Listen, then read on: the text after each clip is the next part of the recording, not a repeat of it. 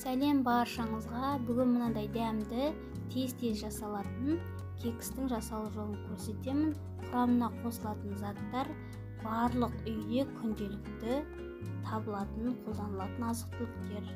Оған керекті заттар: сұйық май, сахар, сүт, 2 штук жұмыртқа, ұн және қопсытқыш керек болады. Бізге үлкендеу ыдыс керек және араластыру үшін венчик керек. Алдымен 2 жұмыртқаны жарып, ыдыстың ішіне салып араластырамыз. Содан соң үстіне өлшеп алған сахарымызды салып араластырамыз.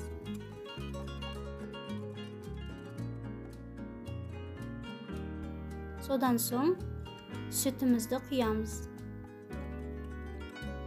Оны да жақсылап бірге араластырып аламыз.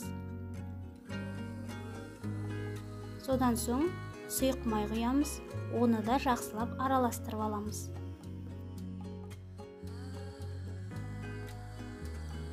Енді ұн мен қопсытқышты араластырып аламыз.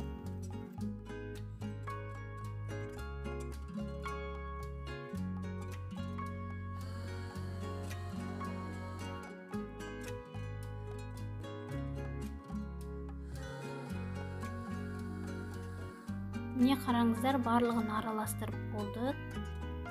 Ешқандай түйіршік жоқ. Жақсылап араластырып алдық. Енді бізге мынадай форма керек. Арнайы форма. Кекс пісіруге арналған.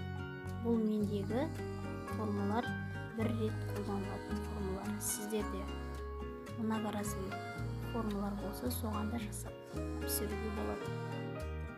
Міне осылай барлығын құйып шығамыз, орталап құйып шығамыз. Себебі бұл пісіргенде кексіміз көтеріледі.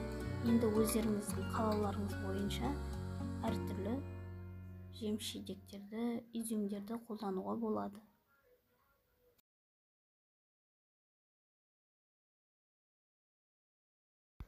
Енді осы кекстарымызды духовкаға салып 180 градуста 30 минут пісіріп аламыз. Міне қараңыздар, біздің дәмді жасалу жолы өте оңай. Кексіміз дайын болды.